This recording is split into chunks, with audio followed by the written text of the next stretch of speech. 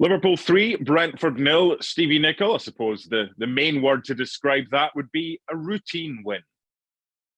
Yeah, I would agree with that. I think the first goal was always going to be crucial from a Liverpool standpoint. You know, disappointing against Arsenal in the Carabao Cup with all the possession, but nothing to show for it. And for probably, well, up until Fabinho scored, you kind of still had that feeling, plenty of possession, but nothing to show for it. But the first goal from Fabinho, definitely, no question, this game was over. They got their rewards in the second half with two more goals, and really it was comfortable. Trent Alexander-Arnold with the corner for Fabinho's goal. Is there a better right back right now? And I say right back loosely because he doesn't normally play that deep in world football. You played that position for Liverpool. You're not a bad person that can analyse that. Well, I can't think of anybody who delivers a ball the way he does. Let me put it that way. You know, and you know, there was a couple of times today in the game where the commentator was saying he's trying to pick people out. I actually don't think that's what he does.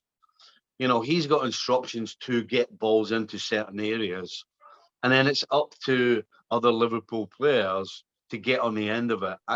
I think that's what he does, and he does it so well. He just whips ball round the back of defences, plants it where the keeper can't come, where defenders are scared to touch it. And of course, when you've got Liverpool in red jerseys charging into the box, they're going to get on a lot. A lot of the time, they're going to get on it. The percentages must be huge if you looked at it. So I'm not so sure there's a better deliverer of a ball from a wide area right now than Alexander-Arnold. No question. I couldn't argue that.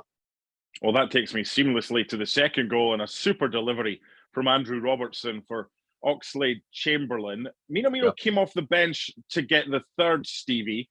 He went with Firmino and Jota and Oxlade-Chamberlain for this one. What did you make of this front three's performance? Listen, Liverpool weren't sparkling. You know, I thought Jota lost the ball too many times. I think the Ox a bit the same, and Firmino was kind of looking around, figuring out, you know, his connection with Salah and Mane is kind of, they just know exactly where each other are going to be. And so for Firmino, who's the link man, he's not even thinking about what he's doing. I think when he's playing with Jota, or whether it's Minamino or today it was the Ox, then it's different. He has to look.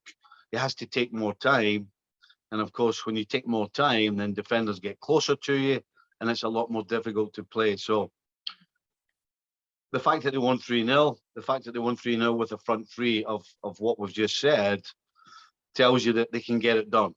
And that's the important thing. They have to be able to get it done until they can get Salah and Mane back and be at full throttle.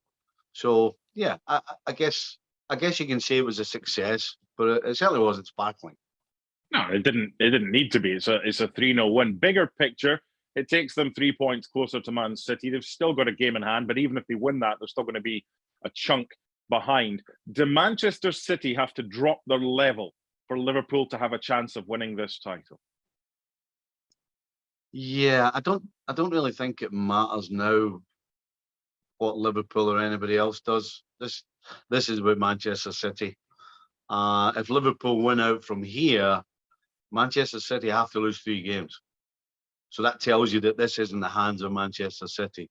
Liverpool have to keep going. They have to keep winning just in case, because you never know. And particularly right now, what's going on in the world with the pandemic, it just takes a crazy outbreak. It's going to be, in my opinion, not on the field where City will lose it. It will be off the field. If they start becoming unprofessional, and then maybe somebody brings the COVID in, because listen, that's how big a problem this is for everybody else other than City. When I'm sitting here talking about the only way they don't win the Premier League is if they get an outbreak of COVID, because that pretty much sums up the chances for everybody else right now, as far as Man City is concerned.